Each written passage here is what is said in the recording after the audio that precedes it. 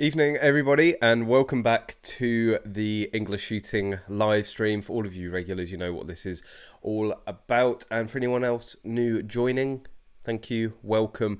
It's interactive, so use the chat, put any questions, topics or opinions that you want to get talking about, or you want to have heard. Of course, we do have the main topic, which is following off of last week.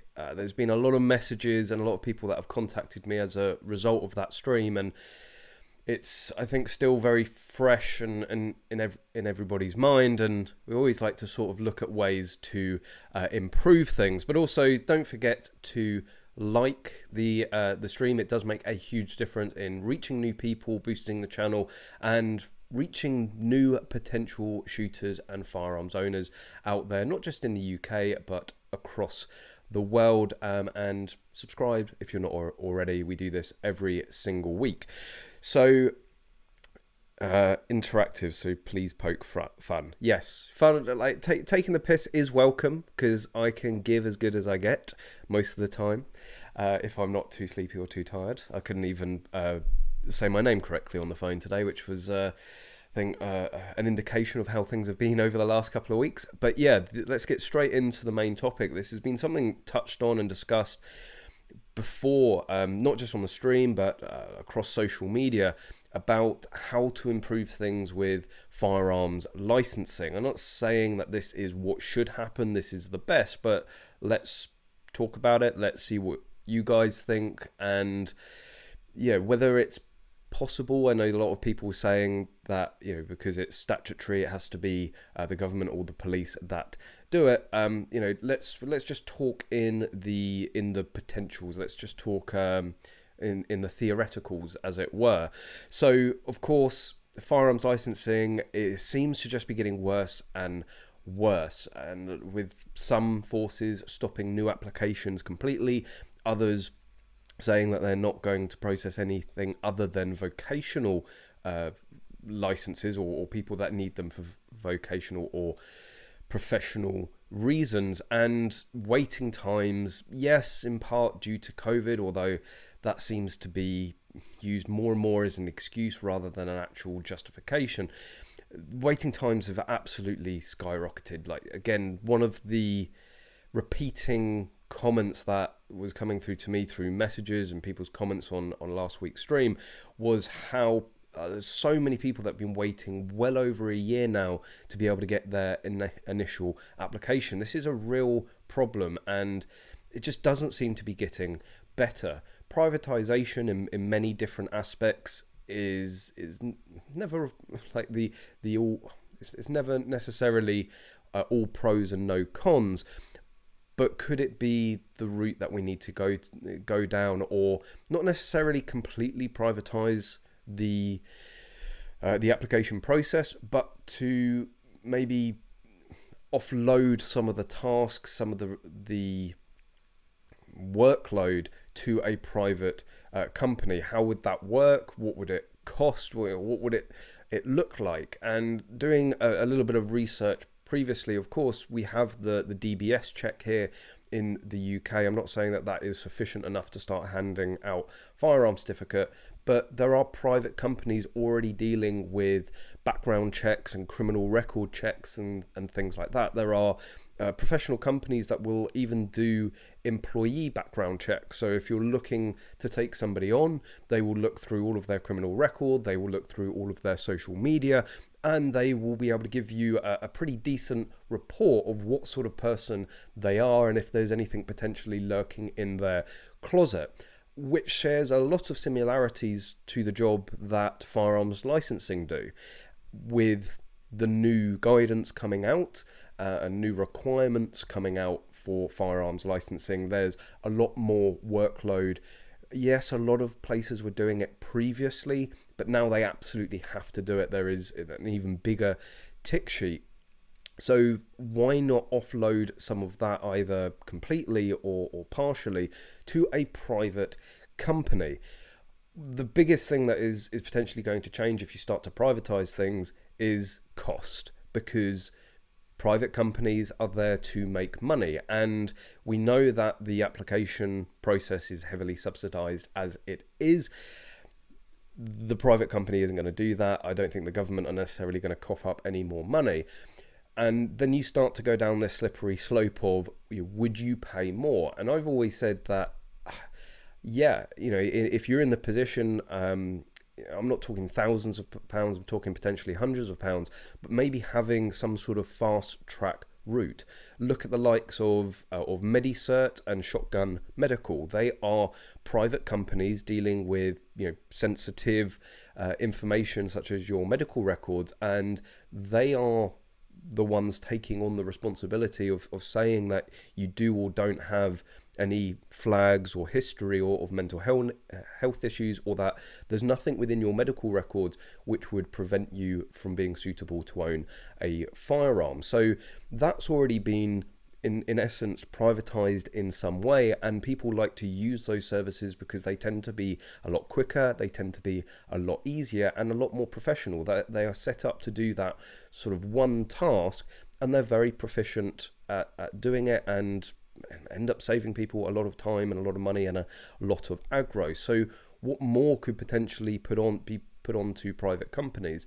Whilst yes, it's going to increase the costs, although Shotgun Medical and MediCert are actually cheaper than a lot of GPs. I know some are free and you can't really get cheaper than free, but the general average seems to be, you're talking anywhere between £60 to £100 for your medical certificate from your GP, and they're charging around £60 to £70. So they seem to be in line with GPs and say an NHS service. Could that be replicated potentially with a private company to do various searches? I don't know. But it's certainly something that I personally would be interested in maybe potentially paying a little bit extra. We have seen the justification of increased fees previously. The last round of fees was justified by bringing things online, having online applications and more online services, and they needed to hike up the price to be able to pay that. It took far too long, I think, for us to be able to see any benefit from that. But fair play for where I am in Hampshire, it is all online now, and it's a lot easier, a lot more concise, and a lot more inviting to apply for an application. So, what if they were to increase the application fee to £150, maybe £200, but we're going to see 1 month applications in counties that currently take over 12. Would you pay for that? I know there's people that won't be in the position to pay anything more, but there's also a lot of people that would quite willingly pay for a more expedited service. Of course, you can get into the argument of this is the police's duty to be doing it anyway. Why should we be paying more for a job or a service that they should be providing more efficiently? But that's just not the state of play. The upside to fee increases and potentially a private company profiting from it is that to make profit, you need to be as efficient as possible.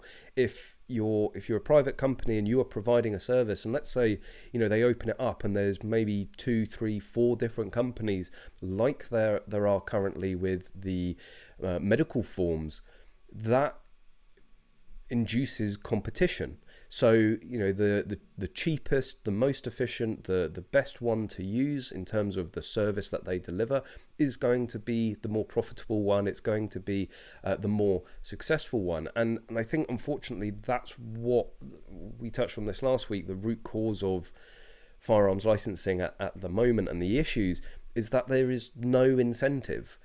It's a civil service that in various counties across the country are run by people that are anti-gun. They don't want to be giving out the licenses. They don't get it doesn't seem to get a huge amount of pressure from the likes of chief of police and government as a whole to give out gun licenses or gun certificates and to be efficient and quick at doing it.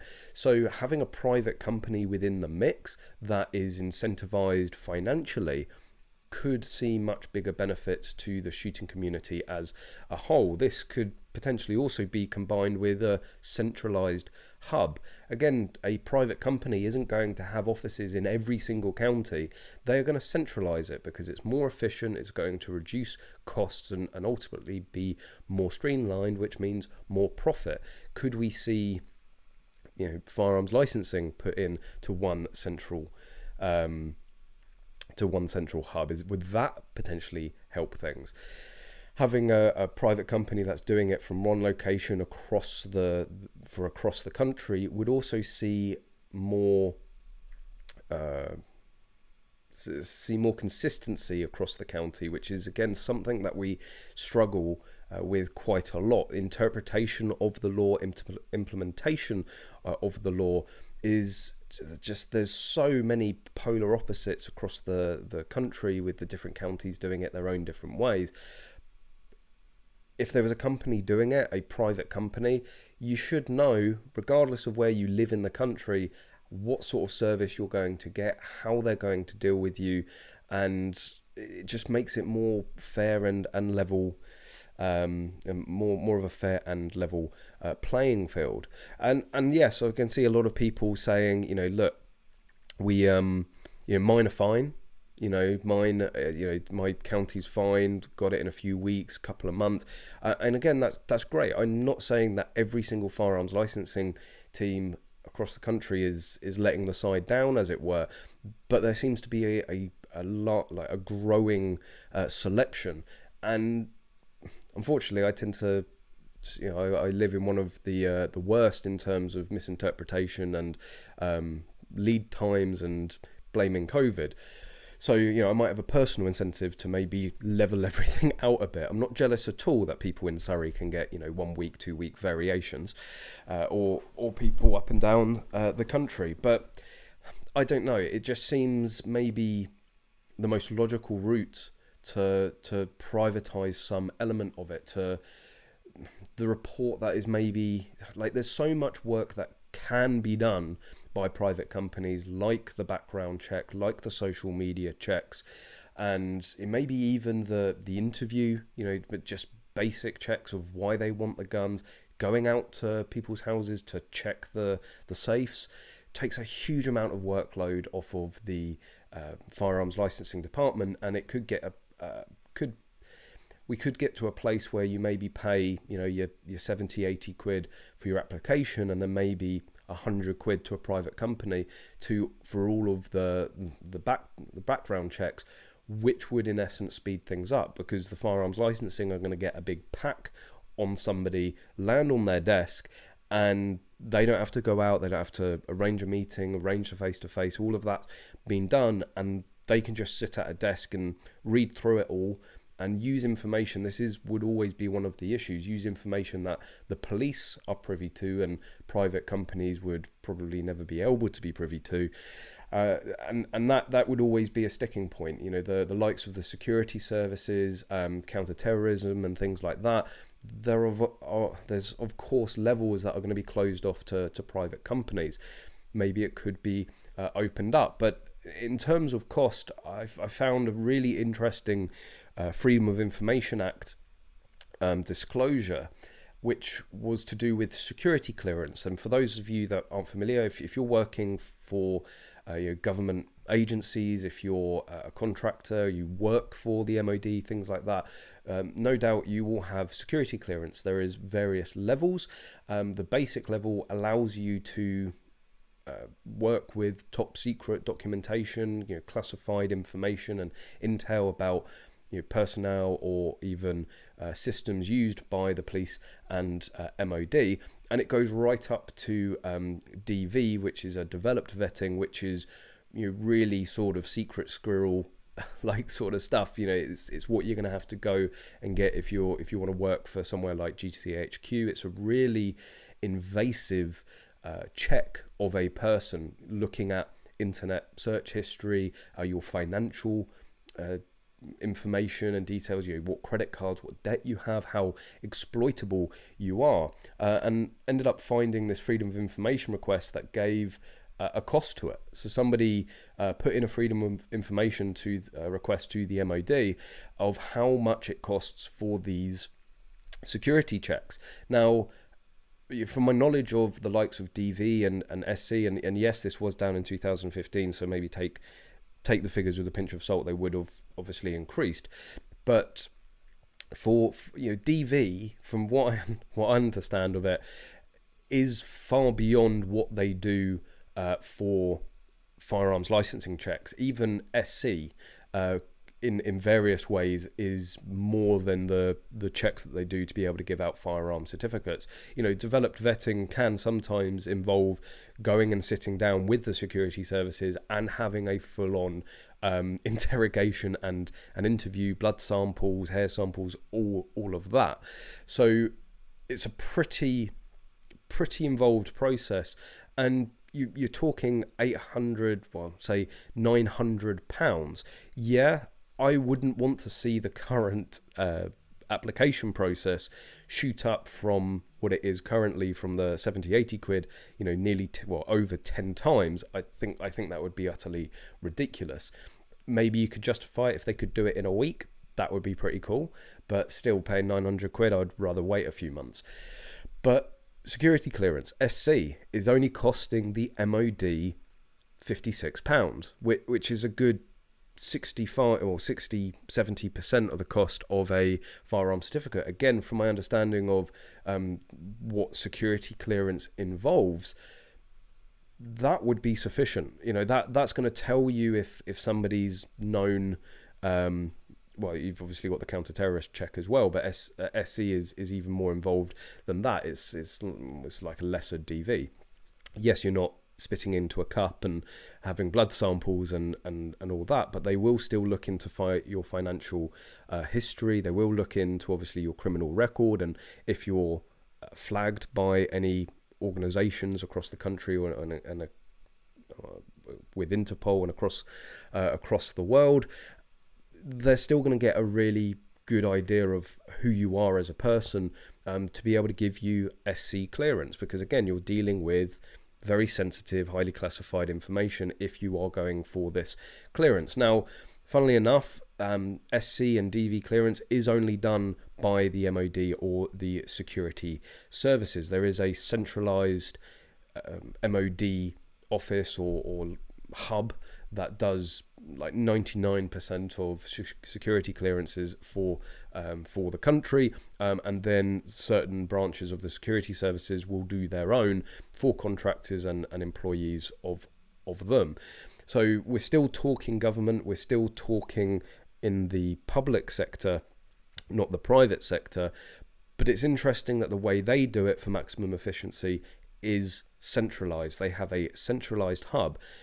Could we not, what, I don't know if cool is necessarily the right word, but it would sound pretty interesting if you had to go and get SC clearance to become a firearm certificate holder. Something that we've touched upon previously. I don't think necessarily it's a bad idea. It's that they're two of the same. If you can pass a security clearance check, you should be able to pass the sort of common sense. Like, if they're going to trust you with that sort of information and to hold those sorts of positions that require those checks, like, why wouldn't you trust somebody with a firearm? So yeah, it's just a pain that in terms of privatization, DV and SC is done by the MOD, is done by government and public bodies, which obviously we're discussing trying to get away from.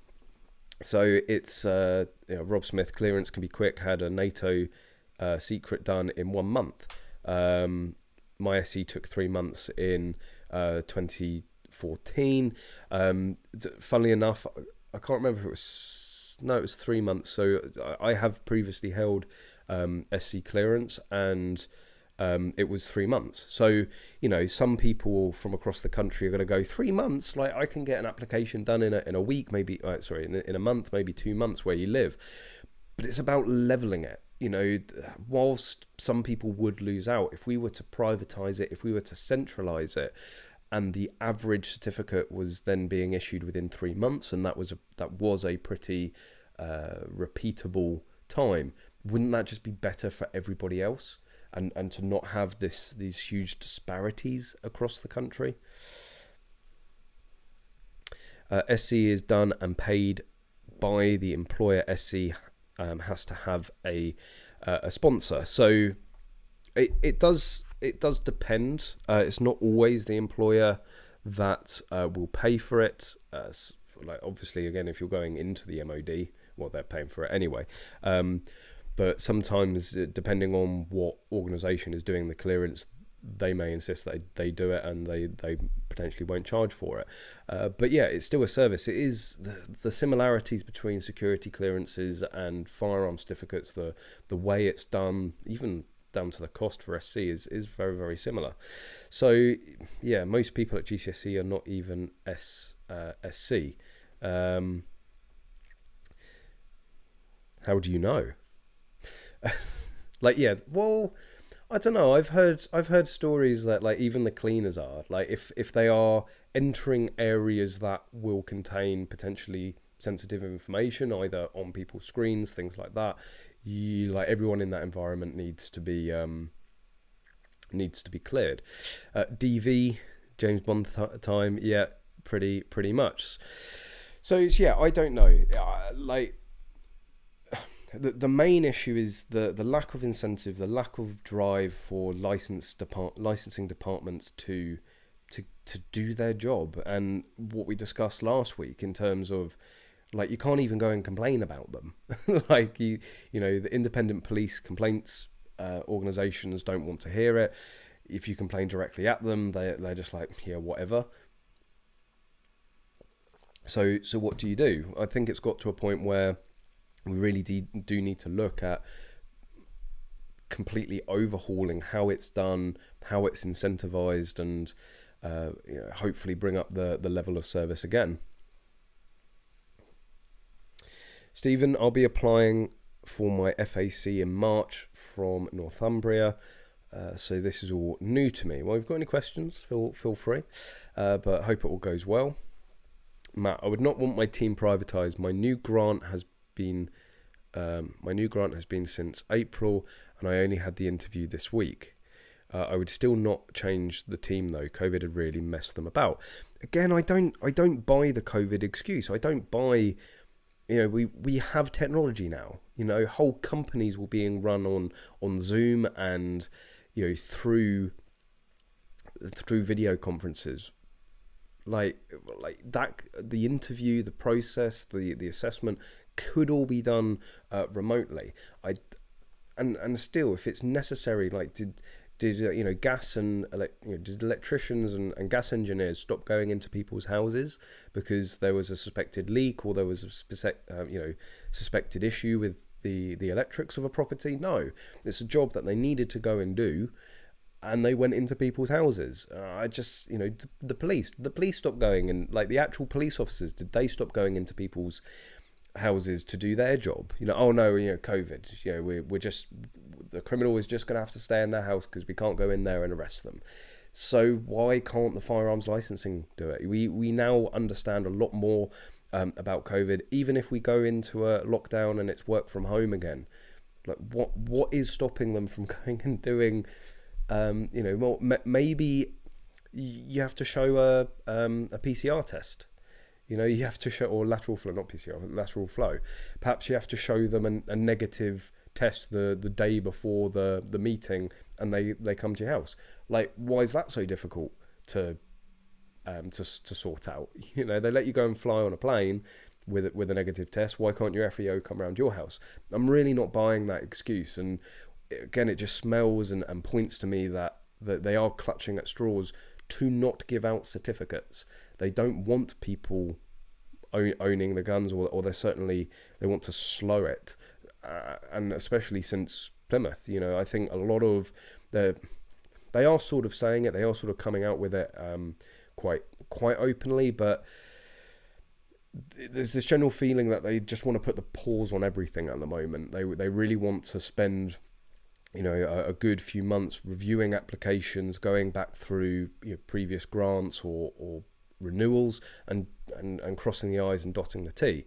But to me, that asks more questions. If you have any doubts, if you need to go back through and reassess people, well, then you weren't doing your job properly in the first place. Like, if you have any doubts whatsoever that you need to go back through current certificate holders and whether you made the right decision, that just says everything to me about the state of certain firearms licensing across the country.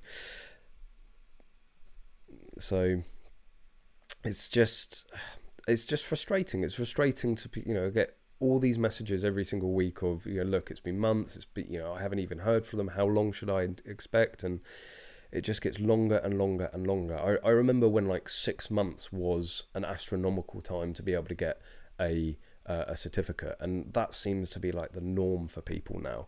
And I really think something needs to be done. It's a bottleneck to our sport. How can yes, you can. I am a shining example of how you don't need a certificate to shoot in the UK, to take part in the sport. Yes, it's massively hindering. Yes, it is limiting to what you can go and do, certainly in practical, because you can't shoot a Section 1 shotgun, you can't shoot LBPs, you can't just pick a gun out of the safe and head down to the range and do some training.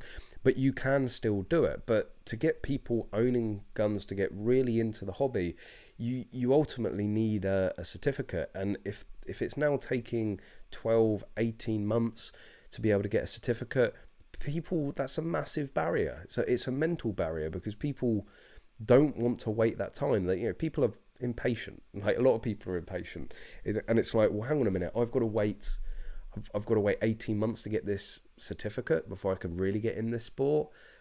Like, how many people are just, no, I can't be asked, you know? And especially when you have firearms licensing departments across the country that aren't exactly nice to deal with, let's be honest. You know, that's like the face. That's the face of shooting for a lot of new people, and they're being greeted by quite a hard, harsh face sometimes. Colin Armstrong. So if Wiltshire can do license grants in 1 month, variations in a week, why can't others? Exactly. Like, once again, the disparity. Why can some do it and some can't? Because you have potentially the right people in charge. You have people that can efficiently manage, people that understand the guidance and understand firearms law. You know, I think, again, one of the best ways to incentivize people and to turn around times quicker is going to be financially. And you can't do that in the public sector. Well, you know, unless you're like a chairman of the NHS, and then you get millions of pounds in financial incentives. If you're that serious, you will wait. What's the rush? Like, yes, that's not maybe that's not a wrong statement if you are serious about it. But if you're serious about it, if you pass the check, like, why should you have to wait? Why is it taking them this long to be able to do their certificates?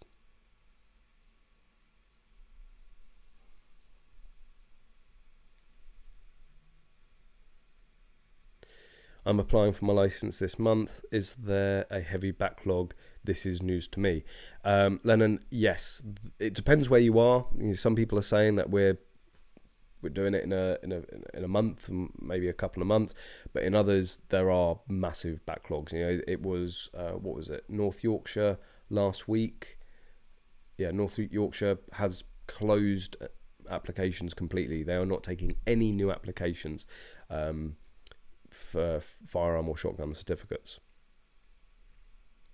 and you end up paying 2 years for a club membership waiting for your FAC. Well, you do have to, you would, let's say you become a full member, you're paying your club membership, and you get your application in a week. You still would have paid that 2 years. You know, I don't see the club membership as an additional cost. It's a part of the cost. You need to be for sporting, to have a firearm certificate for sports, for target sports. You need to be a member of a Home Office, a full member of a Home Office approved club. So that's just something you're going to do anyway. But it's do you know if Kent has a backlog? No, I don't know who's good. And this is, again, like, there's nowhere to find this out. It's not really very transparent. There's no, Basque does it once a year where they find out the average application times, the average variation times, but that's once a year. We did do a whole video on that. I think it was on the channel. Let's see if I can find it quickly. Basque application waiting times. Here we go. But then this isn't up to date. There's no like live feed of how long it's taking. So this was released I think earlier in the year. So mean average for a Section 1 grant to be 88 days, 86 days for a Section 2 grant. So you look, the average for across the country is 3 months. I still think we can majorly get that down. And let's say for an FAC, who's the worst? Cumbria, they're taking 6 months there. Essex Police, they're taking like 8 months. And I think there were some, and these are averages, and this is one of the main points that I made previously. Is like if the average these are the average. Yeah. These are the average time. So if the average time is 6 months, there's people that were waiting 9, 12, 18 months potentially. So go and check this out. Basically go to Google and just type in Basque application waiting times. This will be the first hit, and you'll be able to see how your local area is doing. Kent. So let's see. Kent Police. Unfortunately, Kent seems to be a bad one. So I don't know if they've pulled their finger out since. But again, the bad ones only seem to get worse if they are slow and bad during normal times. With stuff like COVID and things like further lockdowns, they are the ones that just seem to go sky high with their waiting times. Heavy backlog equals we don't want to give you a gun. Exactly. Callum, is a firearms license or SGC? Sorry, Truth Junkie, I did see you post that. I was going to get round to it. Is a firearms license or SGC issued under commercial mercantile law or common law? Could you find out, please? I did a little bit of research before we went live. As far as I can see, it is common law.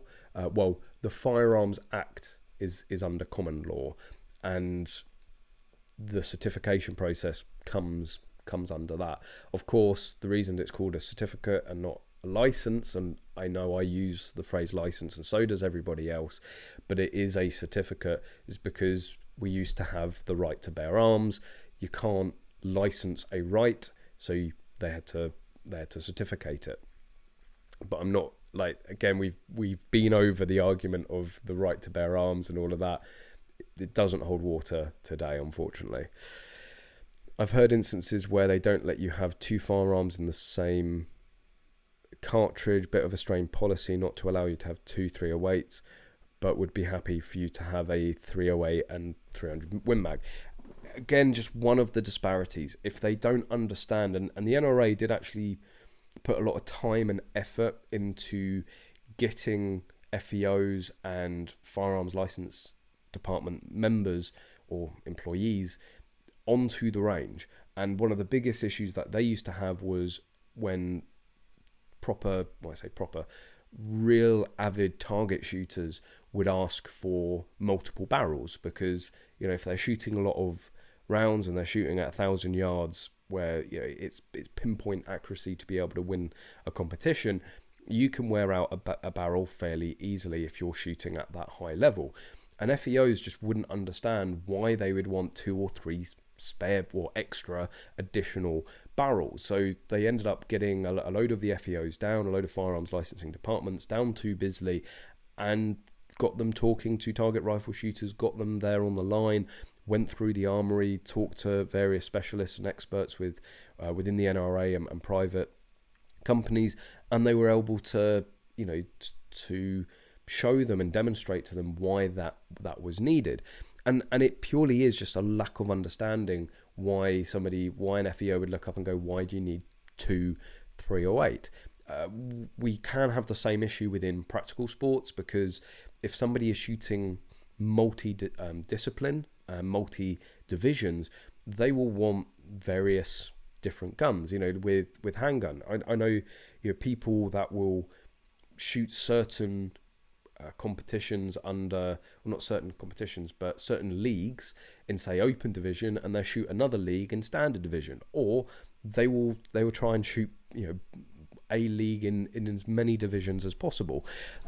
Spare guns for practical. If you're, you know, a top level practical shooter, you'll be taking a spare gun to a match. Certainly when you go to the likes of world shoots, people will have spare guns. And I mean, the Americans were like, at the rifle world shoot, like each person probably had enough spare parts to rebuild about 5 or 6 different guns. So and that's due to the level of the sport that you're in. If you're spending thousands and thousands of pounds going to these, you know, international matches, you don't want to invest all of that money, you know, pay the 500 to £1,000 entry fee, pay for 500, £1,000 flights, your hotel, your car rental, your food, your spending money to get out there, and then on the first stage your gun has a catastrophic malfunction and pulls you out of the competition. And trying to portray that to FEO sometimes can be pretty tricky. And then the whole multi-discipline thing, again, within 2.2, like, look, you can, in the UK, there's Gallery 2.2, you can have, obviously, Target, TR in 2.2, Practical in 2.2, you know, well, in Practical, you've got speed stills, you've got, you know, like IPSC, you've got the NRA leagues and Silverstone leagues. And people will have different guns for all of those, you know, so when somebody applies for 3, 4, 5 2.2 rifles, the FEOs are going, why on earth would you need that many guns? And they don't understand, because they're not shooters.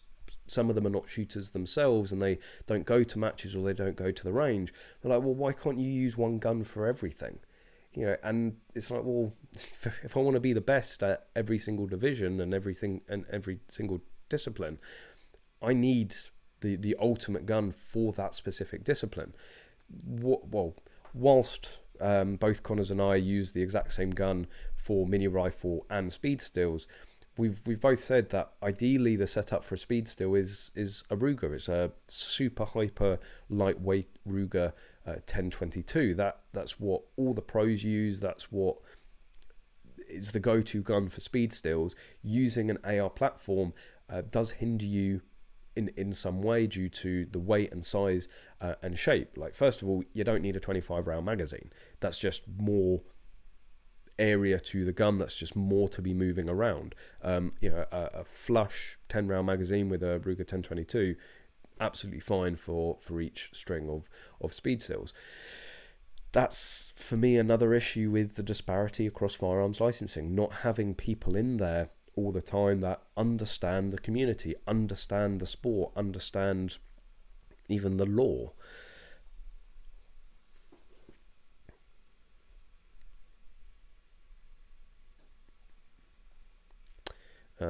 English shooting, I think Wilts generally was trying to do its best. They were told they could not enter properties over lockdown period to inspect, and that means new issues,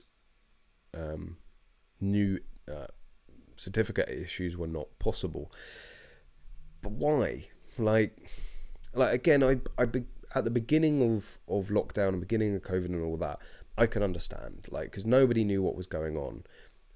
But very soon, when things were getting back to normal, and the police, no, we're still not doing it. You know, I remember every single live stream during lockdown, I was checking if Hampshire was open again to new applications. It, in my mind, took far too long to get back onto track. And again, I do understand that there are firearms licensing departments that are genuinely doing their best. They either don't have the budget, they don't have the manpower to be able to process any quicker, and they are running as efficiently as they can. They're as knowledgeable as they can about the law and the guidance. It's just unfortunate that there seems to be more and more that don't.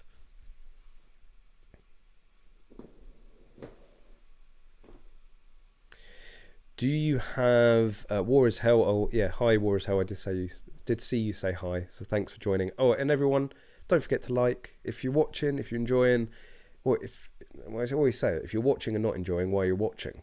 Like, so hit the like button, make sure you are subscribed. It really does help. Do you have armed private security in the UK? Technically yes, and technically no. So in terms of on UK soil, as far as I'm aware, no, there is no private armed security in the UK. Only in instances where you have foreign dignitaries coming and heads of state. Again, they're not necessarily going to have private security, but there are allowances made to let their security team obviously carry firearms, like say the President of the United States. There are people though that have Section 5 authority to own guns for security purposes, and this is most common within the maritime industry. Within the merchant navy, with certain ships going through pirate-infested waters, and there being a real threat to those vessels, more and more ships are paying for armed security to be on the ships, and there's a number of people within the UK that do those roles. So they need Section 5 authority to be able to go and buy the gun that they're then going to take on a ship and potentially use to protect that ship. I've heard various different arrangements of how that works. The most common seems to be guns being held by Heathrow, either the police at Heathrow or various other companies that are that have Section 5 authority to store.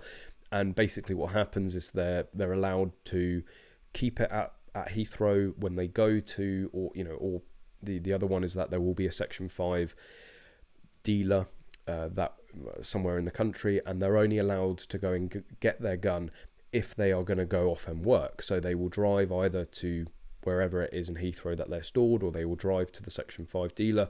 It will be released, or even the Section 5 dealer will meet them at the airport. They're then allowed to hand it over to the person responsible in the airport for putting that on the plane, and then they fly out to wherever they're going to fly off with their gun to go and protect it. So, but no, in terms of just you run the mill, seeing non-police or non-MOD personnel on the streets with a firearm for security, it just doesn't happen here. But there are obviously exemptions for international people and international security that is going off all over the world.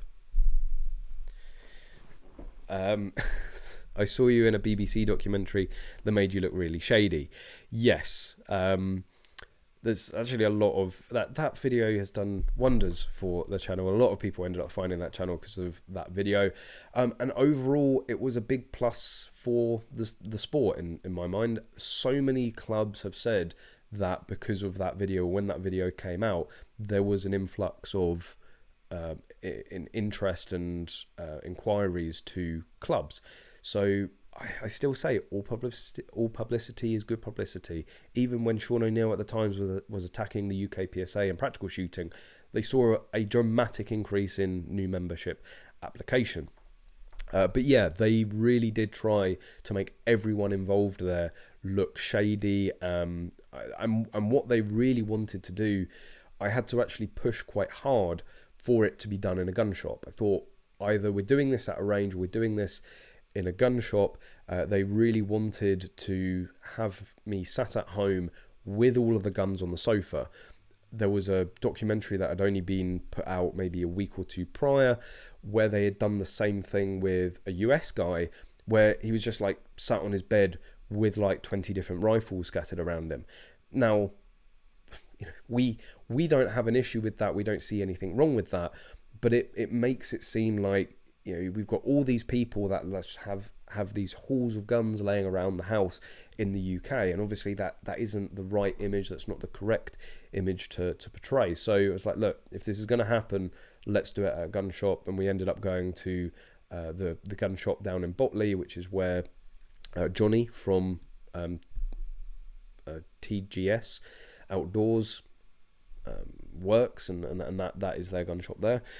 So yeah, he really did try. I've said a million times, like, it was like 5-6 hours of filming for the tiny like 5 minutes that they used, and they were trying repeatedly to get me to say something sinister, to get me to say something stupid. I ended up coming away from that filming with a massive headache. But yeah, I don't regret doing it, and overall, whilst I think they tried, it was a good reflection overall of our sport.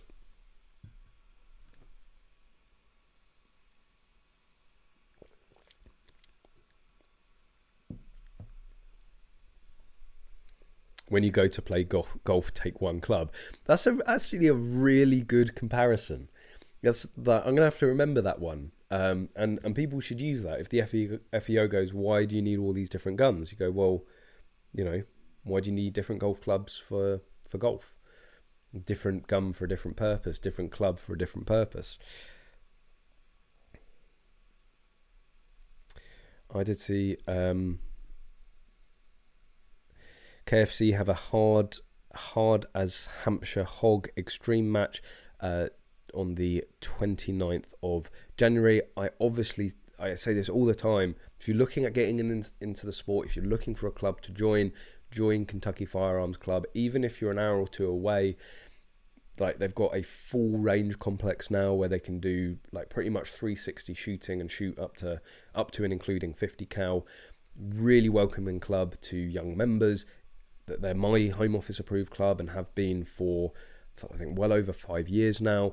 They're all about getting new people into the sport. So and they tend to do some of the most fun matches across the UK. Not the NCA. Asked Callum about the advert they made. He loved it. Yes, don't get me started. Did someone actually suggest? Oh, here we go. Peter. My opinion is that the National Crime Agency, NCA, should be responsible for firearms licensing. Then we will have the same standard requirements across the UK. What do you think? Okay, so in terms of a centralised agency or department, like, absolutely, that idea, as we were talking about earlier, really, really like, because it's consistent. If you have one central hub doing it, everyone in theory should be treated the same. Time should be the same. It should be a level playing field. In terms of the National Crime Agency doing it specifically, I think there's two main issues, and this is also one of the issues that we see with the general police. Although firearms licensing are not police officers, they are a branch of the police. They are within your police headquarters. So there's one big issue, which is the way that firearms are perceived by the police, and more so the NCA. So general police on the streets are not going to have that much exposure to firearms. We don't have huge amounts of firearms crime. Illegal firearms are thankfully few and far between in the UK. So your average bobby is not going to be exposed that much to them. However, what does happen is the exposure they do have as police is usually overwhelmingly negative. It's criminal exposure, because that's sort of part of their job. The NCA is going to be 10, 50, 100 times that in terms of the negative perception of firearms, because the NCA, the National Crime Agency, previously called the Serious Organised Crime Agency, SOCA, they deal with the most serious, the most violent criminals out there, which tends to, more often than not, involve drugs and guns. So the NCA and any NCA officers are heavily exposed to firearms on a regular basis, and they are the worst of the worst cases in terms of criminal use. So they have obviously a very, very negative view of firearms. And just like we see with the police, and yeah, a lot of the link there with general police is that a lot of FEOs are previous police officers, or they work around police officers, so they have that exposure. So they have this negative view. They don't like them. They only see the bad side of things, which I think does bias them consciously or otherwise, unconsciously or consciously, to not liking guns, to not wanting to hand out certificates. And the second reason that I wouldn't want the NCA doing doing firearms licensing is because of their previous track record with their outward promotion of firearms. Let's see if I can find it quickly, because it's like, let's see if I can find the advert, because it is just laughable. And just you go on there and spend 5 minutes looking at their campaign, there's no other avenue, there's no other thought other than criminal use of firearms. Now, that is their job. They're the National Crime Agency. Why would they be interested in lawful firearms ownership? That's not their remit. But it's almost like they ignore the fact that guns can be legally owned in the UK. It's very much the negative the negative connotations of criminal use of firearms. Ooh, well, this just got my attention. We might have to go down a slight path here. I'm just trying to find this advert.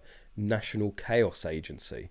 It's taxpayers face 13 million bill after National Crime Agency launched bungled raid.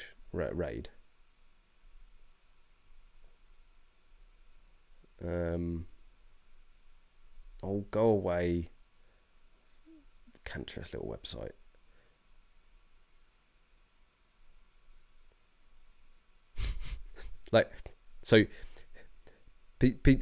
I'm not trying to berate you, Peter. All suggestions and all that are welcome. Taxpayers are facing a £13 million bill after the National Crime Agency launched how do you say it? Bungled? Is it bungled? Just launch a failed. Why not? Failed raid on a group of innocent businessmen, an operation a judge lambasted for its grave errors.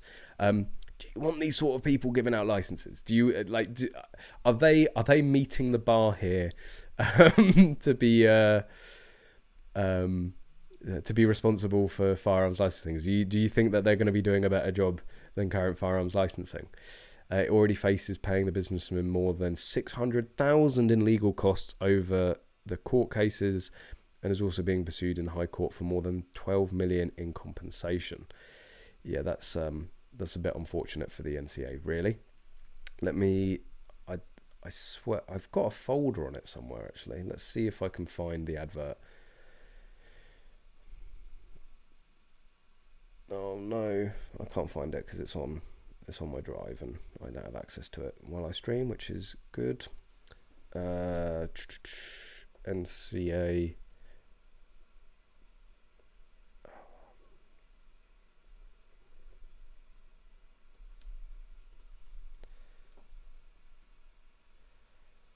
Because it is utterly just hilarious. Is it the Don't Blow It campaign? I promise you, if you haven't seen it before, it's worth. Oh, here we go. There we go. Oh. See, again, this isn't it, but this is just the general flavour from the NCA. It's illegal to possess most firearms without a license in the UK. Is that true? Is that actually a true statement? Because what do they mean by most? Do they mean most types? Because I don't even think that's correct. And in terms of most firearms, well, the most popular firearms are shotguns and bolt action rifles. So it's always, the flavour and the feel from it is, guns are bad. Don't go near a gun. Your whole family will end up dead. For me, that's not the sort of organisation that I want giving out certificates, but I don't know if it then goes on. Is it this one? No.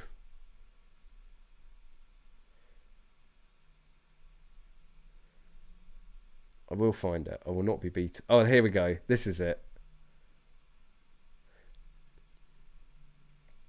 Just let that think it, like, somebody signed off on this, right? Let that sink in. They spent taxpayers' money to make this advert, right? Possessing illegal firearms is a crime. Like, yes. Like, committing a crime is a crime. Like, yes, thank you. Thank you for that valuable insight. You know, I don't think that says a lot about our criminals, if I'm going to be completely honest. You're like, oh shit, well, I thought, you know, an illegal firearm was fine. Like, I wasn't going to get arrested or anything. So no, I think for the same reason what we just said, that the negative view of firearms from these organizations does cause a lot of issues. And what I've seen previously is when the head of firearms licensing, when FEOs are shooters themselves and firearms owners themselves, the departments seem to run a lot better, and applicants have a lot better time dealing with them because they know their stuff. They do it as a hobby as well as a job, and it makes them a lot more efficient and a lot better at doing their job.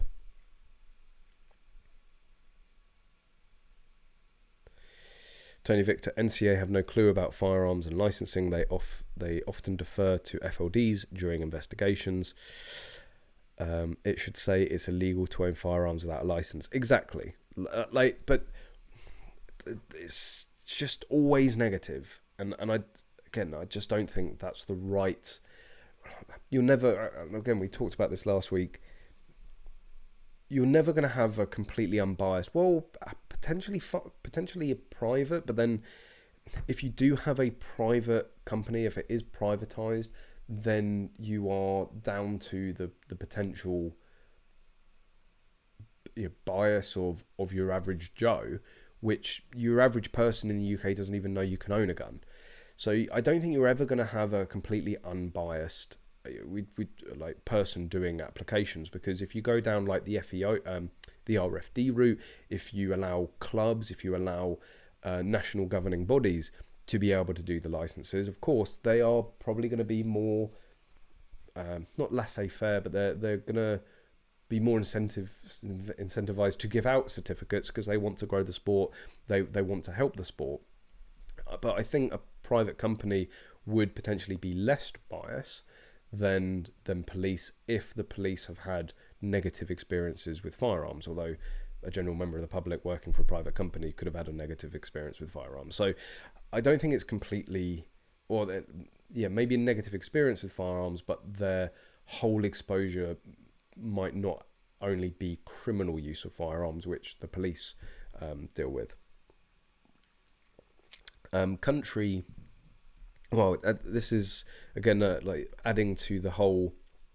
Again, firearms licensing is not police; they're not police officers, but general police officers are clueless about firearms. We ended up speaking to a countryside watch police officer. So they had this huge patch of Hampshire countryside to look after, and he said one of the biggest issues was that, in the countryside, you'll go to an old boy's house and they have 3 shotguns there, and either they're being arrested or they've passed away or there's issues or whatever, and the police officers need to clear and check firearms or move them, and they don't have the faintest clue and how to do that safely. So we were talking about various ways of potentially helping them out with our knowledge and being able to make videos and things like that.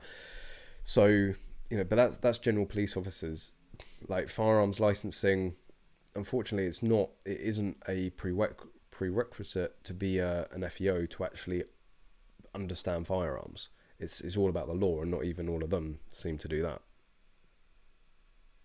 Callum, that proves my point. Most mean under a license, but under a certificate is different. In terms of license and certificate, the difference is there. 3 inches. Micro stamping is impossible. Maybe delivering around for the barrel marks. We've covered that before. Illegally doing anything is not legal, guys. Just remember that. What is with the UK adverts and blank colour screens and big block text? Low budget, probably. It's the NCA. I mean, they can spend £30 million on an unsuccessful raid, but their budget for their media is pretty low. I mean, I'm free. So according to that statement, you can own certificate firearms without a license. So you can own certain firearms without a license. That's what I mean. It's just the wording, like the wording of everything, is not good when it comes to the NCA.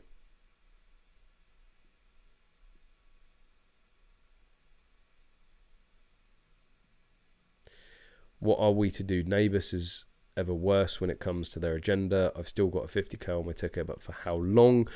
To be fair, I don't think they're going to do that one again. They really did end up with egg on their face over the whole banning 50k debacle. Granted, they were successful with the Mars and Lever release, but I don't think I think the 50s are relatively safe, because I don't think they're going to take the risk again of looking that stupid in front of the government and potentially losing again in front of the government. It will be other things like Section 1 shotguns, LBPs, semi-autos, things like that. Like Button Press, appreciate that. Everyone else, we've got more people watching than likes. Hit that like button. It's free, and it makes me feel really good, and it genuinely does. Like, if you don't know how YouTube works, the more people that like a video and engage with a video, the more people that reaches. So it helps grow and share the sport, and that's not a bad thing, right? I mean, can't you own a mini rifle under the exemption? Yes, that's a very good point. That's just even more how wrong the NCA is. Are you still waiting for your approval to own firearms? Yes, I am. There's no update on that. Still no FAC.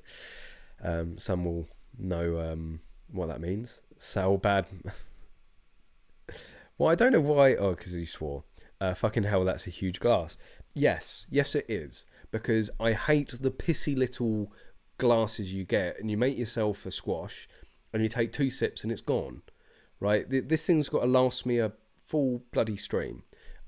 Plus, it's just like a tankard for a big beer. I'm not saying I'm lazy. I'm just very efficient. Like, that's like 2 or 3 top-ups of a standard size glass. I'm just saving time. Make it once, and then forget about it for the rest of the night, and just constantly need a piss.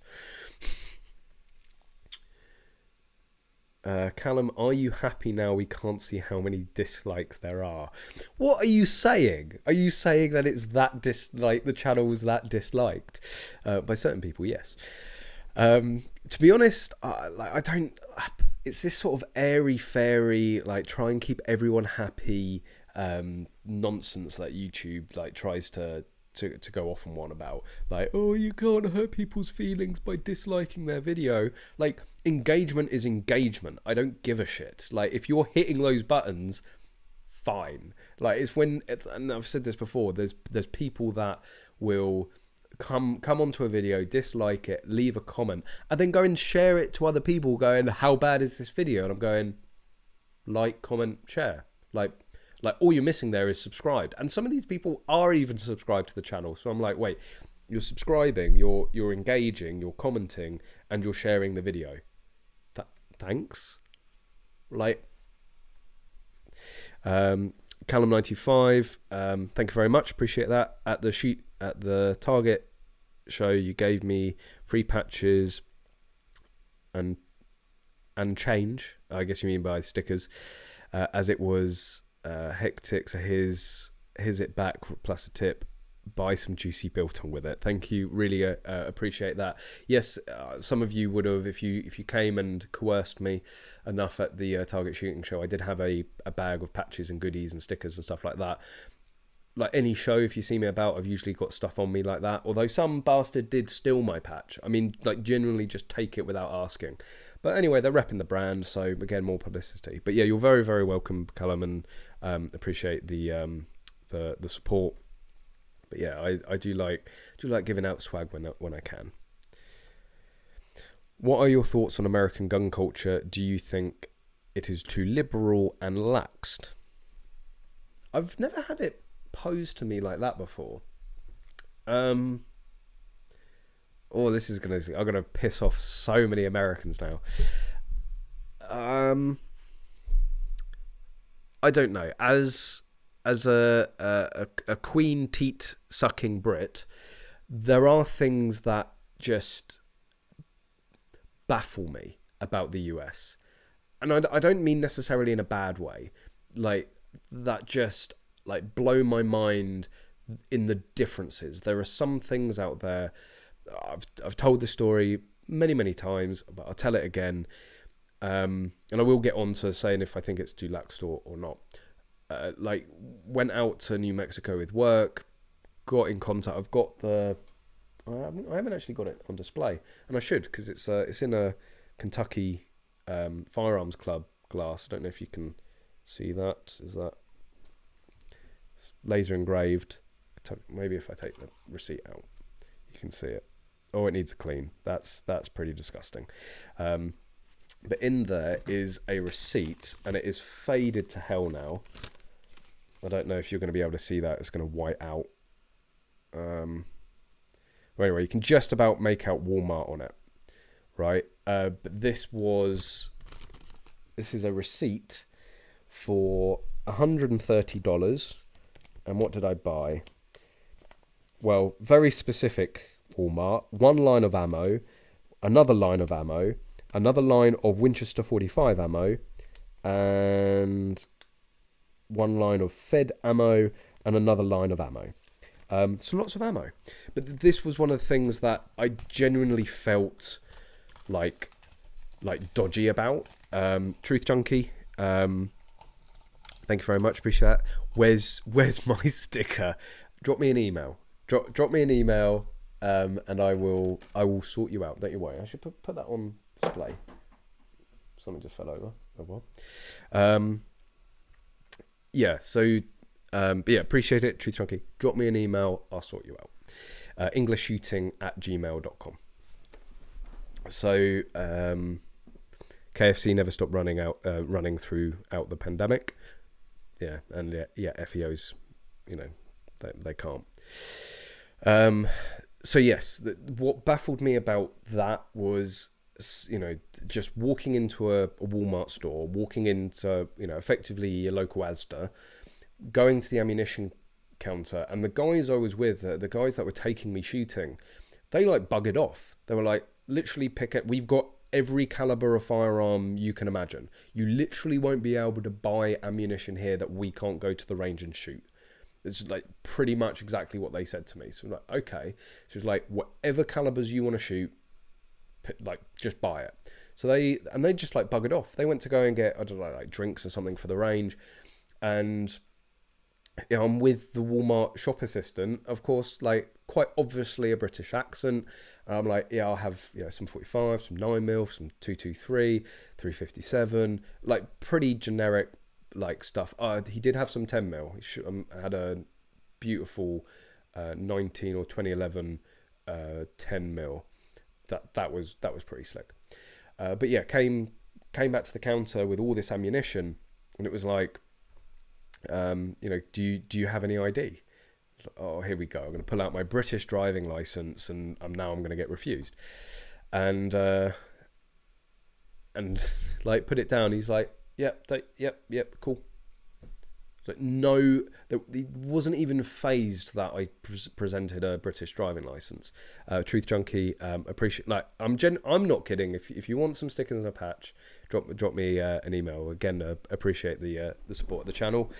So yeah, I genuinely like took the bag and I thought I am gonna get like someone is gonna come out of nowhere and like tackle me to the ground. This can't be happening. Now, do I think that's wrong? Not at all.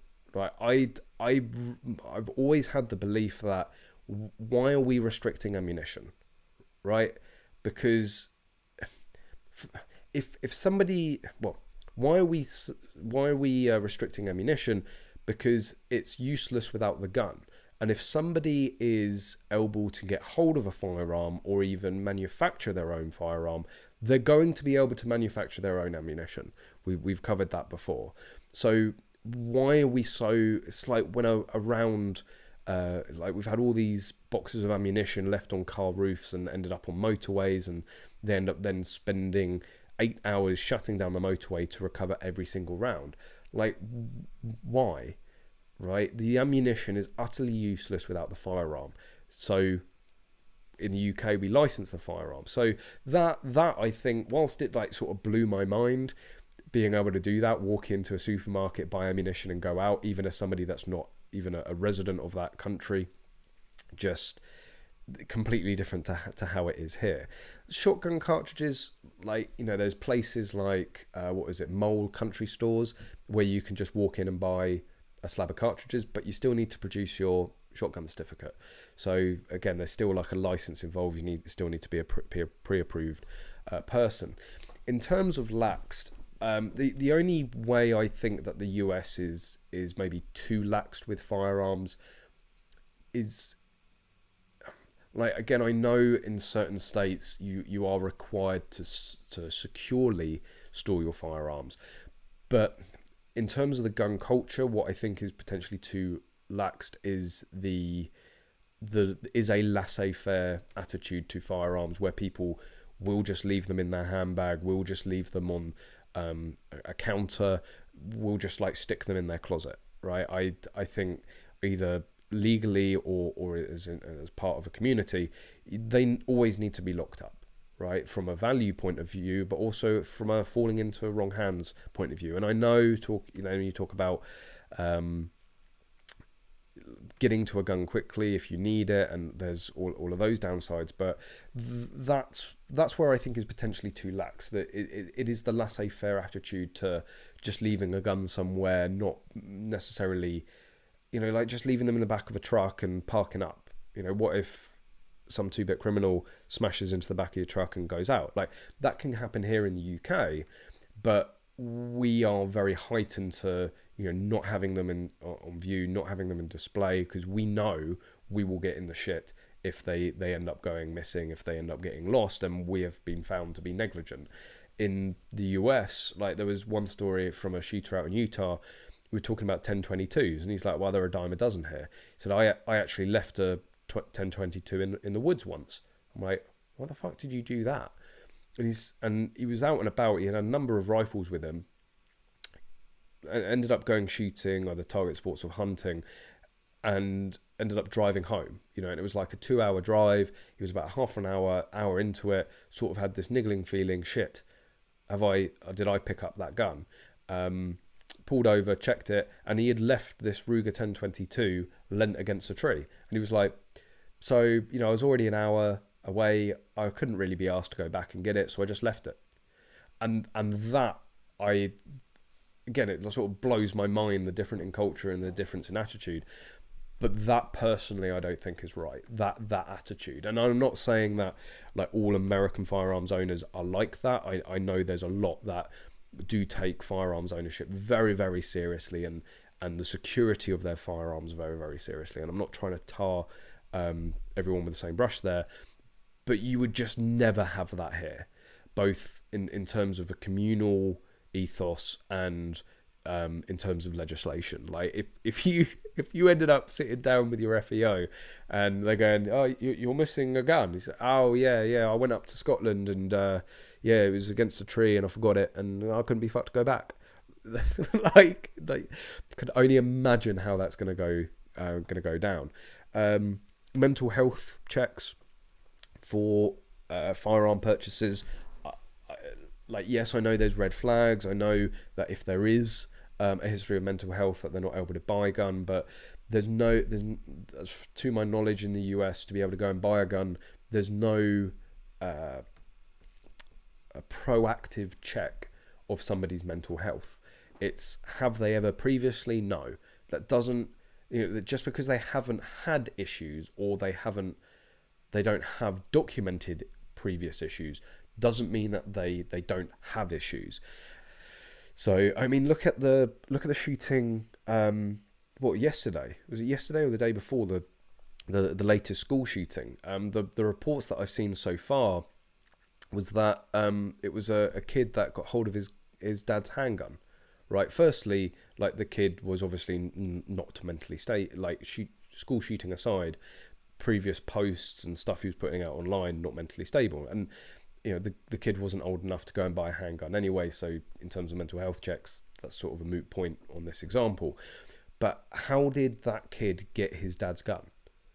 Right. And that's what I personally have an issue with out in terms of the States, in terms of how it can be too lax in terms of the security, is you get people, well, it's my right to own a firearm. If I want to leave it out on the kitchen side, I'll leave it on the kitchen side. If I want to put it in my bedside drawer, I'll put it in the bedside drawer. And then a kid ends up going and stealing it and going off.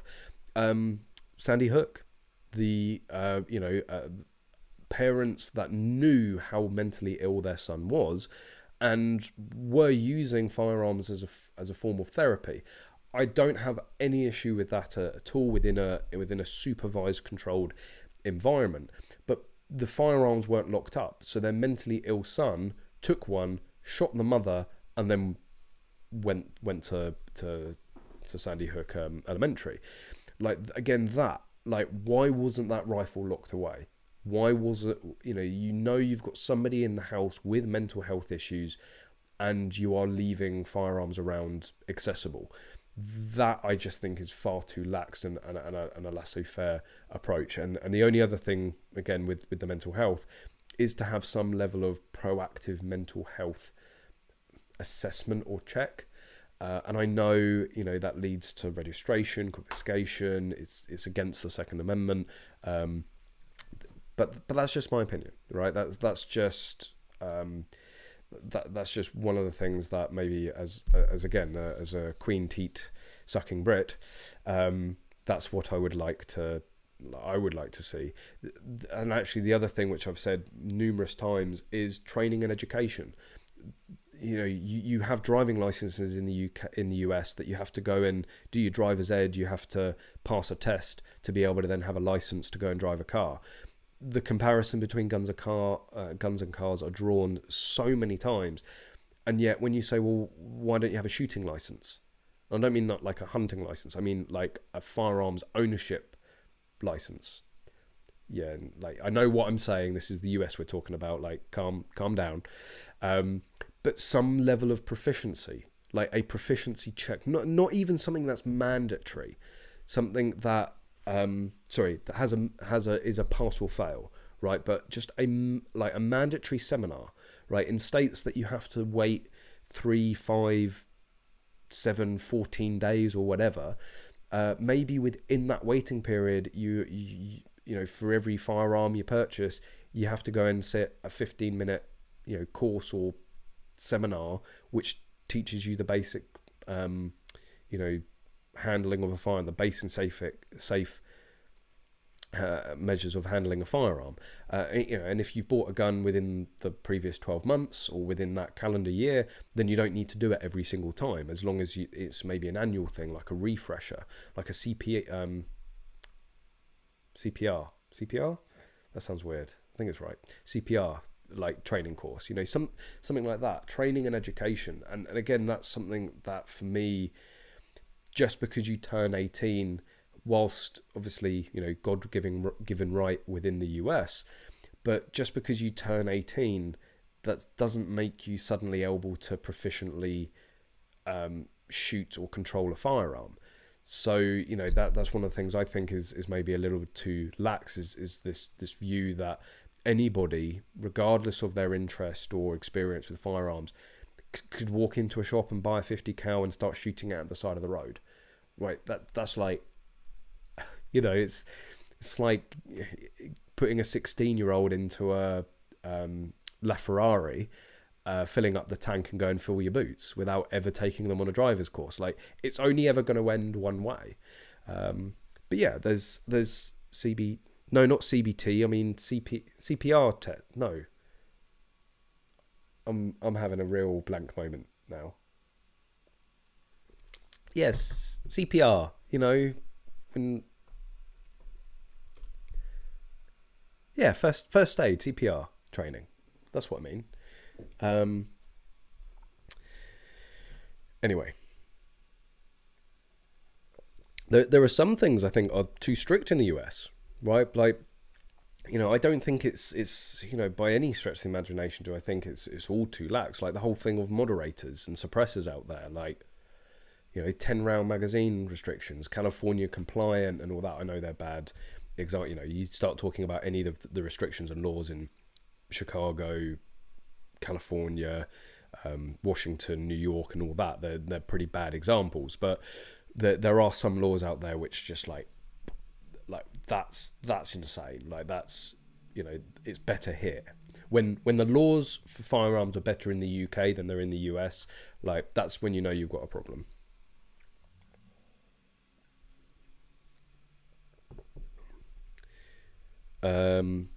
You're talking out your ass, you're not even American. I was asked my opinion, and now you can sit, suck and swivel on that opinion if you really want. Why? I've never got this approach, right? Why would being American, like, I think every single time I approach this, like I said, you know, I'm coming at this from a Brit, right? But it's just my opinion on it.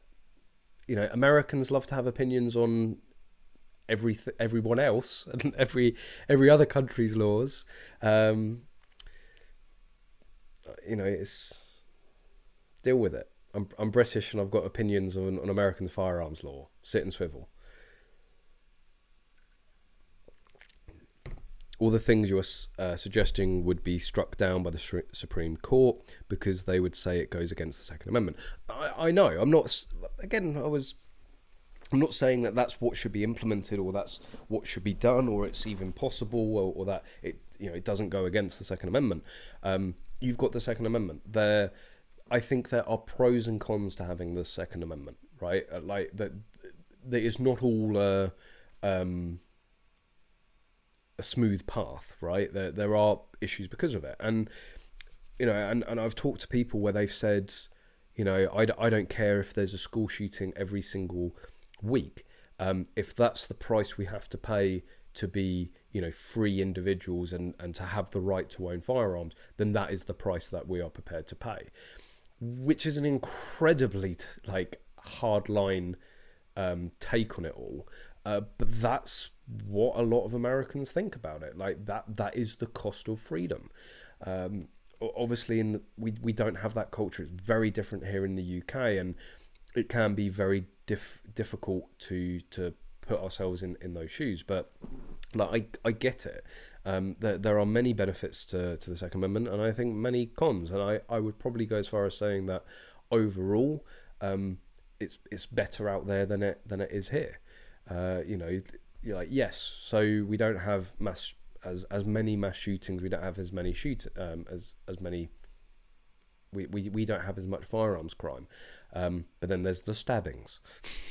Like, you know, it sort of all balances out. And there's a fantastic video actually that my mum sent me, and I know my mum was watching earlier and she said hi, and I didn't say hi mum.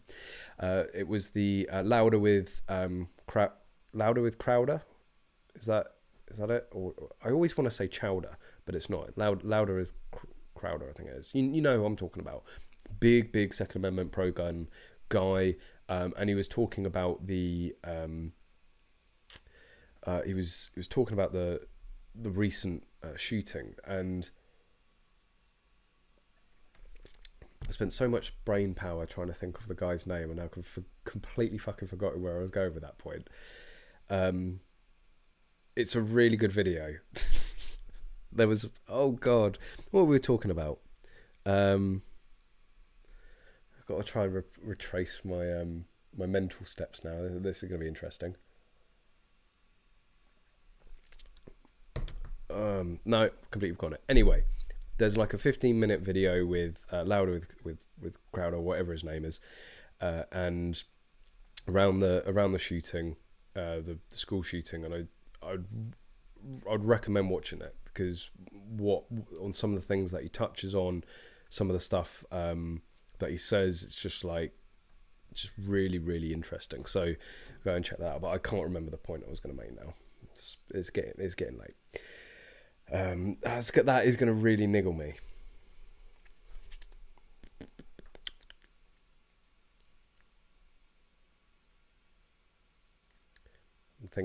I'm thinking. God, what did he say? He said something and it was just like, yes. No, go and watch the video and find it on YouTube. There'll be something interesting in there that resonated with me.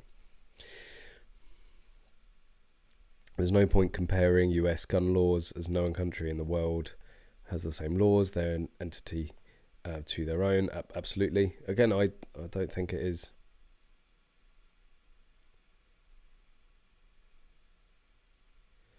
Well, I'm jealous of UK gun owners. They can easily get suppressors than we can. Yeah.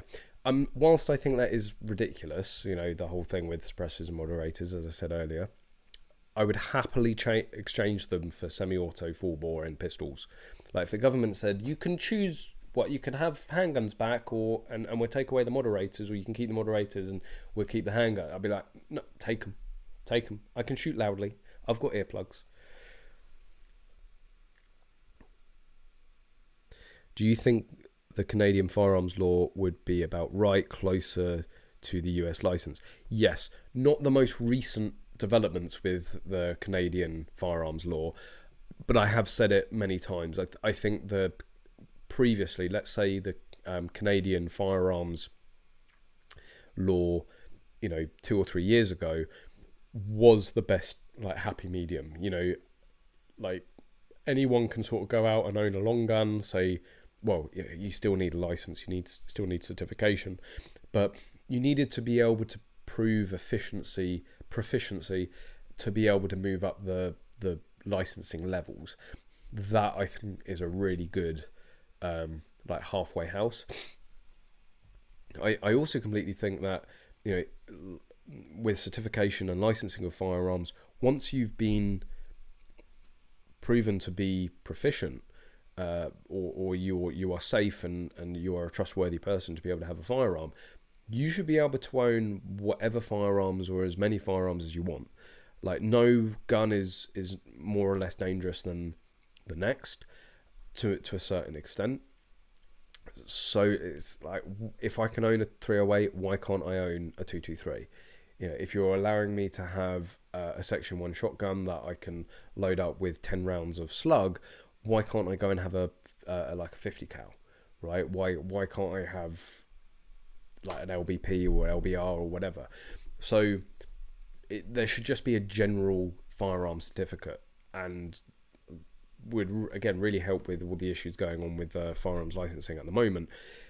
It just completely removes the admin. It completely removes a lot of the paper pushing and a lot of the time spent in administrating all of the different firearms that people are able to own, all the different variations, the renewals, this, that, and the other.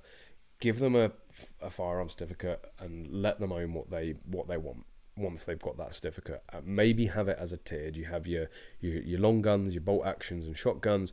You have like your mid tier. In the UK, that would probably be, I don't know, what would a mid tier be? Maybe like your semi-auto 2.2s and things like that. And maybe then like your Section 1 shotguns on there, you like your semi-autos, your pump action shotguns, and then like you have a higher tier, which is, you know, your LBRs, you know, your box fed shotguns, things like that, and you have it as a tiered system. But once you've got to that tier, you're able to own as many as, you know, like our shotgun certificate. When you have a shotgun certificate in the UK, as long as you know, you're buying a Section 2 shotgun, you know, no more than a 2+1 capacity, over 26-inch barrels, and is it 32 inches long or 40 inches long, a gun that conforms to the Section 2 requirements. You can buy as many in whatever gauge you want with a shotgun certificate. You know, there's people out there that will have 20, 30 shotguns. Like, so why can't it be the same for a firearm certificate?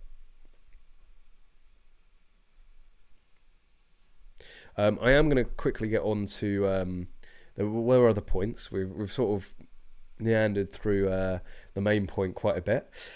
There has been some development with Mr. Alec Baldwin, who seems to be in complete denial about what happened, what went on, and ultimately who's to blame. So some of you may have already seen this in the news. We actually did a full live stream about this, but this has recently come out where Baldwin is emphatically saying the trigger wasn't pulled, I didn't pull the trigger. Now, there are instances where guns can go off without the trigger being pulled, whether they can malfunction. You know, there's a really well-known video within like practical shooting, the practical shooting circles, which is how to accidentally discharge correctly. And it's a guy, you know, finger is well away from the trigger. He whacks a mag in the gun, racks it, and it goes off. Like, it can happen. But it seems that Mr. Baldwin is taking the line of, it wasn't my fault, it was the gun. And I have a real issue with this. Not that I think he necessarily needs any more punishment than probably what he's going through, but this won't prevent a similar accident, right? Blaming the firearm, not taking responsibility, it's like that. They're not going to learn from it, right? There are a multitude of failings. Like the more this goes on, the more that I'm blaming Baldwin, not just because he's anti-gun, but because he obviously didn't have a clue of how to operate that firearm safely and efficiently, right? And like, if he had spent 10% of the time that he has on his anti-gun rhetoric learning about firearms, learning about firearm safety, this probably wouldn't have happened. And there's even a line that there's even a line that just sort of seals the deal for me. I can't. It was like, I have no. Where is it?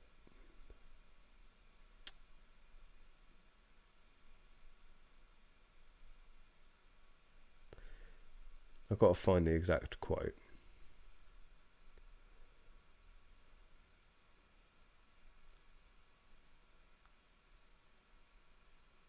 Oh yeah, there we go. He had no idea how alive. Oh no, it wasn't that one. He basically said like the gun should have been. A gun should have been.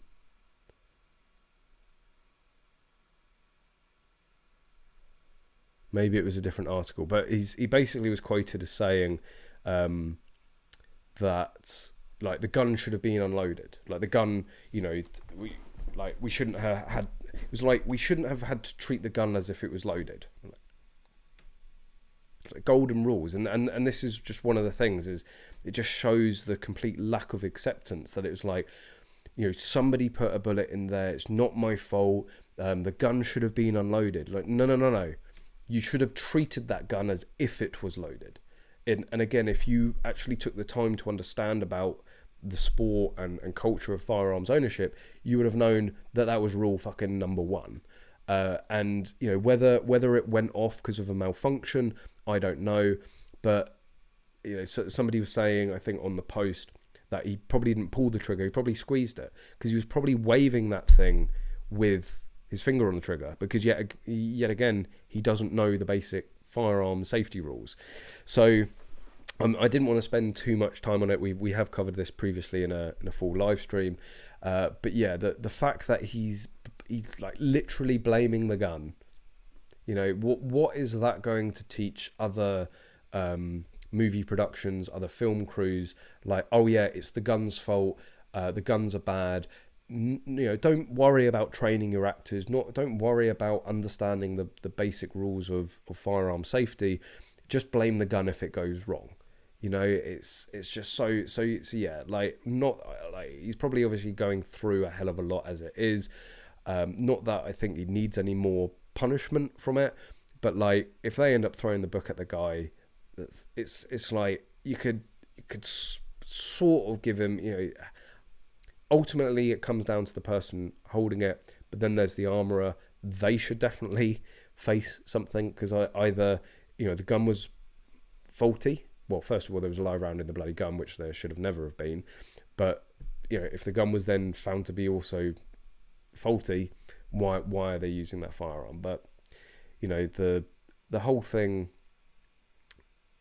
you know, I would never point a gun at anyone and pull the trigger at them. Never. So you'd point a gun at somebody then.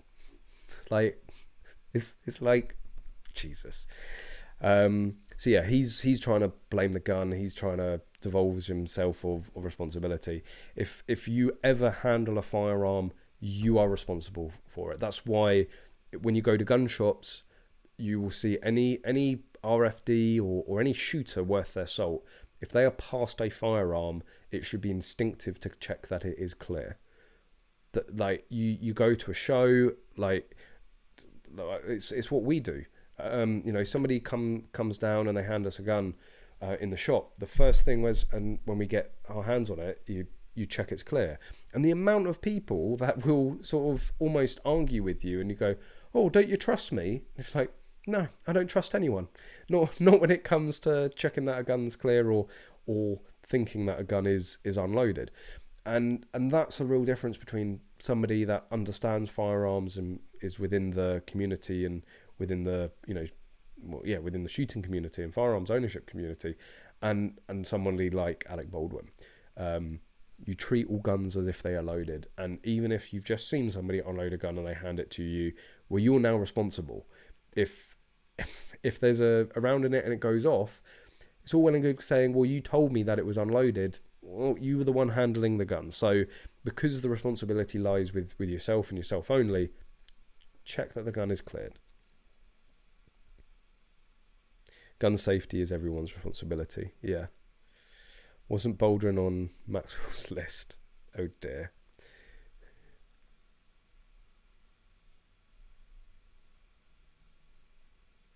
I don't see how a single action can fire without the trigger being pulled. Well, there's that, or it was cocked, right? That's the other thing is, okay, let's just say it was faulty and it did go off on its own, right? Why was it cocked? You know, and it was a rehearsal, so you could argue, well, it needed to be cocked because they needed to get the right image and all that, but it was a rehearsal.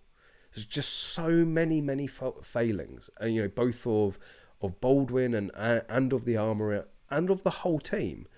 Like, there's loads of people now coming out on, you know, that were there on the set going, oh, we knew this was going to happen. Like, oh, it was so badly. Why didn't somebody do something? It was like, well, you were there, right? I don't care. Like I've said before, and I encourage this. If you're new to shooting, and I know it can be intimidating in some way, going to a range for the first time, going to a club for the first time, and you may think, you know, I'm not worthy, I'll keep my mouth shut. If no matter what your experience, no matter if you have somebody that's been shooting 30 years in front of you, if you think there's a safety issue, if you think somebody's being unsafe, or you think something unsafe is about to happen, call a stop to it, right? Any shooter worth their salt, any club worth being a member of, if you call a ceasefire and it turns out to be okay, like it turns out to be nothing wrong and it was just, you know, a misunderstanding or whatever, nobody will ever blame you from doing that, right?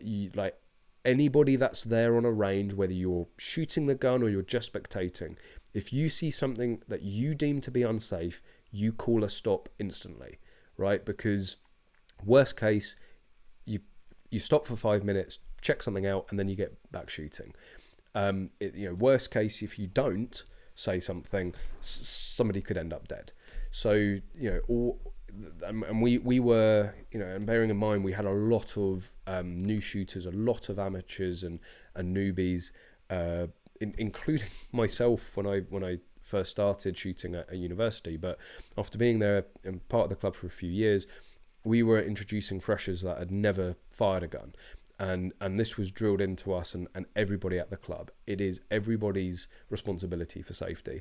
And all of these people that are coming out of the woodworks now from this set saying, oh, we knew it, it should have never happened. Why didn't someone stop it? Well, you were there. You should have stopped it. You are in some way responsible. You have some blame to bear because you were watching people being unsafe with firearms. The fact that crew members were going off and shooting live ammunition out of these guns out the back between sets, no fucking way. The fact that there is reports that there were multiple, live rounds that had gone off prior to that, no. Like the whole thing should have been shut down from the first one, and it shouldn't even got to that point. My club has told some very senior members you can't shoot anymore. Yeah, it's not. I don't care. It's not. If you cannot be safe, if you cannot control the firearm, if you can't be, proficient with a firearm on a range with other people there, you shouldn't be there.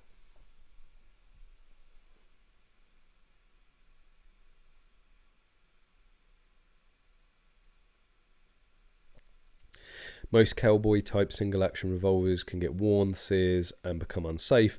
A good armourer should check function and ensure they are fit for purpose. Well, we all know that it wasn't a good armourer. In terms of something maybe a little bit more positive on the line of getting into the sport and getting started, we have some availability. So for practical shooting, for IPSC shooting, to shoot a level 2 match and above, you need to have a safety course. You need to attend a safety course and to have you'll be basically signed off and to have a competition license for IPSC. And I know at the moment it seems to be impossible to find somewhere that does them, or to find people that are unbooked, that aren't booked up. And we made the decision, this year, that as part of Magload we were going to start doing. Still haven't remembered to get my EnglishShooting cap, so I'm still repping the Magload this week. So we decided to start running safety courses under Magload to get more safety courses out there, to give more capacity to the UK PSA and getting people through and getting people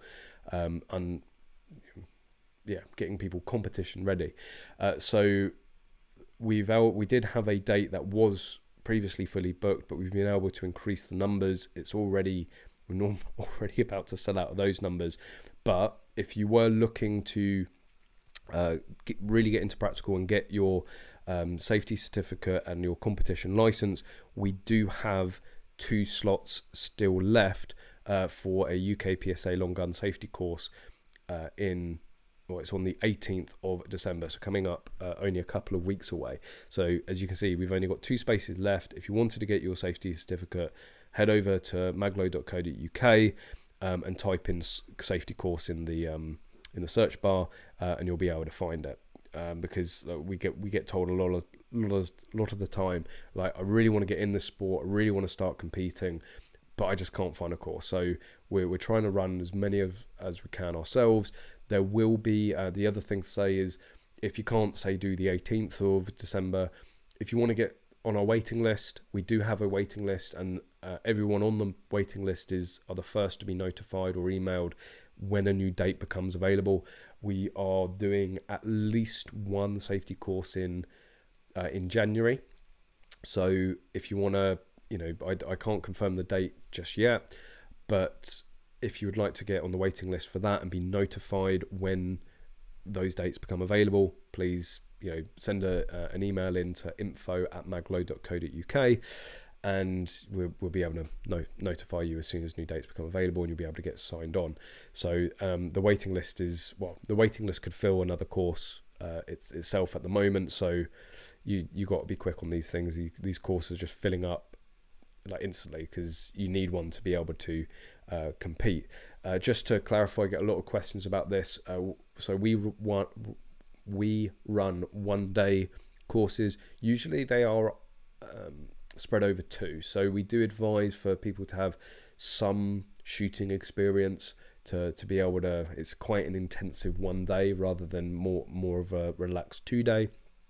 But you're still going to get the same level. It's just more intense for the day. But they're 1 day. They're all done at Basingstoke at the quarry range for KFC use. Everything can be provided if needed. So there are guns that can be provided, ammunition that can be provided on the day for an additional cost. The gun use is free, and also loading rigs. So a lot of people worried that they've got to go out and spend a few £100 on a new loading rig. If you don't have one, we can provide one for the day. Of course, making them, we have a few that we can lend on a day. And all we recommend is people to turn up in suitable outdoor warm wet weather gear if it does rain, because we're not fair weather shooters. If it rains, we'll still be doing the course and you'll just get wet. Just to bring your own PPE, so your hearing protection, your eyes, and that's really all you need. We can sell the ammunition on the day, provide the gun, provide the loading rig, and you'll be able to do your long gun safety course. The reason we do it with shotgun and not rifle, we got a lot of people saying, I'd really like to do it with rifle. It's because if you do a safety course with a shotgun and you get a competition license with a shotgun, that automatically qualifies you for rifle as well, but it doesn't work the other way around. So if you do it with a rifle, you will then have to do a booster course to be able to top it up to cover shotgun. So even if it's just rifle you want to do it with a shotgun, you're then covered for both. And of course with Magload, we're very shotgun focused. That's sort of our main bag. So that's why we do it with shotgun. We know more about shotguns than any other platform of firearm out there. And if you've never done some practical shotgun and you're more into practical rifle, it's a good chance to get a bit of a teaser or taster. If you're interested in that course, it's the 18th of December. Head over to magload.co.uk to get signed up, or drop an email to info@magload.co.uk if you want to get put on the waiting list for a safety course, and we'll let you know when there's some new dates. Tony, Magload KFC course at Wolverton, thoroughly recommended, all done in a day for most people. Thank you, really appreciate that vote of confidence. No camo. So to be honest, I don't think there's a rule about camo on safety courses. I think you could just about get away with it. It's at matches that rule really comes into birthday. Comes into effect. Reason I say birthday is Lewis. That's your birthday. Well, happy birthday for the 18th. UK PSA safety course is best to scour club forums. UK PSA training branch aren't very effective in notifying, even if you're on their list. Yes, unfortunately we have heard that. So again, we this is why we've started doing it, so we can push it out to more people. Hopefully make it, it's all on the website. If there's dates available, they'll be on the website, so people can hopefully just come to us if they want to get a course done. Are you doing an action air safety course? We will be. So I'm not qualified in being an instructor at all. Connors obviously is not yet in shotgun. He's only in long gun. But we obviously with Paul Wyborn working with us at Magload, his dad, who's a very experienced shotgun instructor, we're trying to work out an arrangement. He runs his own separate courses, but we're trying to work out an arrangement with that, so that again we can offer something. We may even do them at the Magload HQ, because with it being action air, you can just shoot it indoors. It means that you're going to be dry. There's no issues with weather and doing that. It's just about arranging the unit for the space to be able to do that. But yeah, we will be doing shotgun courses at some point. Again, they will come up onto the website as soon as they're available.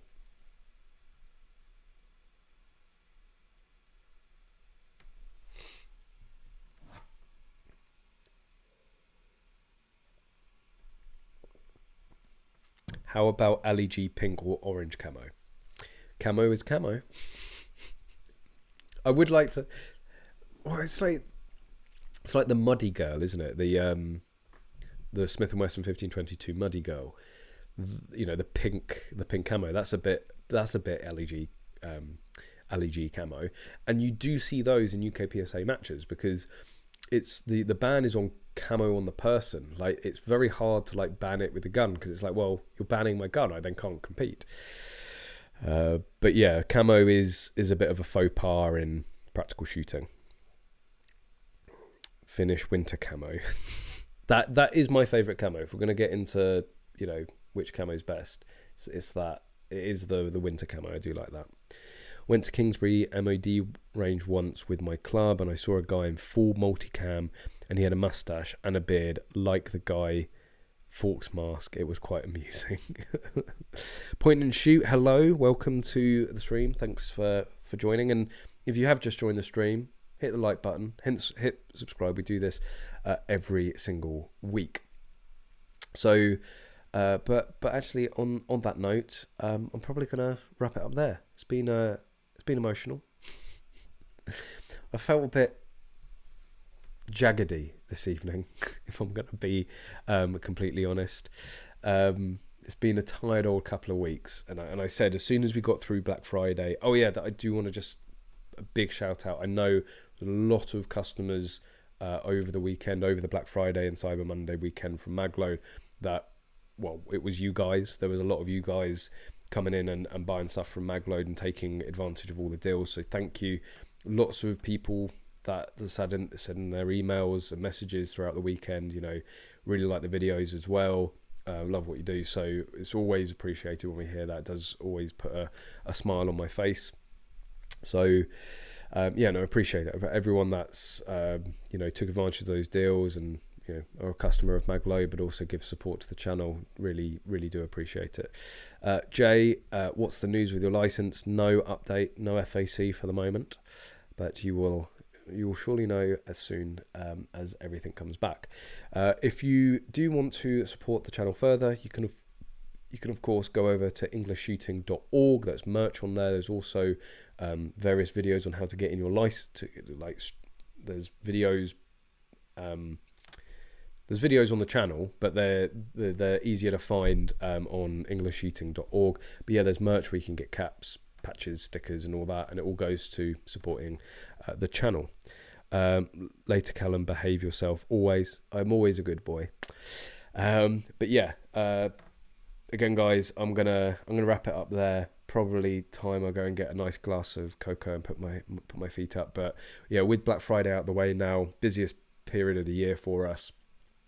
Back onto the content. There will be dedicated videos coming out very soon, and hopefully the live streams don't get interrupted anymore. So yeah, lots of interesting things to come that I'm working on in terms of content. But yeah, make sure you subscribe before you leave. Thanks everyone for tuning in. Really do appreciate it. It's been fun, and of course, as always, I hope to see you soon.